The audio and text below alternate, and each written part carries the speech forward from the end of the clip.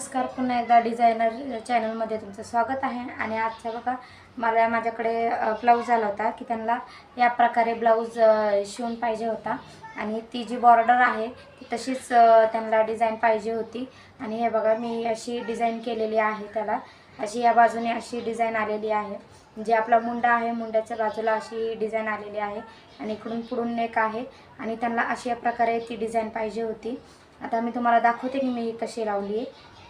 चला तर बघूया। आता आपण अस्तर जॉईंट करून घेतलेला आहे आणि मी हे लेस कट करून घेतलेली आहे। आणि आता तुम्ही बघा मी कुठल्या प्रकारे त्याला लावत आहे ते तुम्ही नीट बघा। हे इथून अशी आपण थोडीशी फोल्ड करून घेणार आहोत, जे एक्स्ट्राचा कपडा आहे तो, आणि त्याला आहे ना आपण अशी टिप मारून घेणार आहोत। जेवढी म्हणजे नेकची बाजू आहे तेवढी आपण शिलाई मारून घेणार आहोत, हे बघा। आणि इथून आपण त्याला असा आकार देणार आहोत।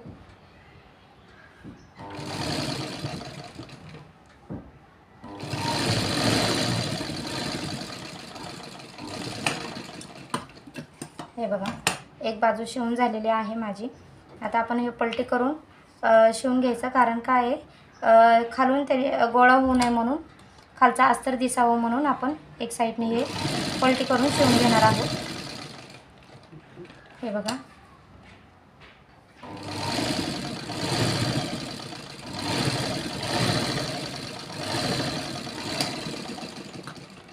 आणि हा जो एक्स्ट्राचा कपडा आहे तो आपण कट करून घेणार आहोत।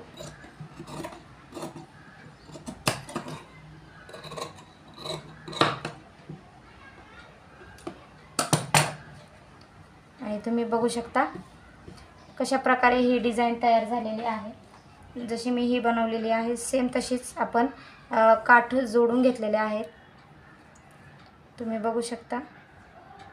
या प्रकारे डिझाइन तुम्ही करू शकता आणि काठ जोडलेले आहे।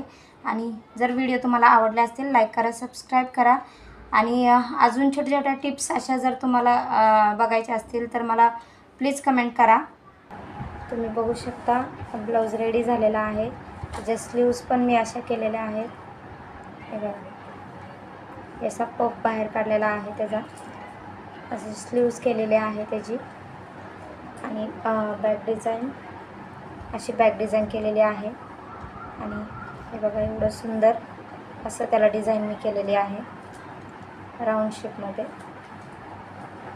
आणि हे नेकलाइन तुम्ही बघू शकता। थँक्यू।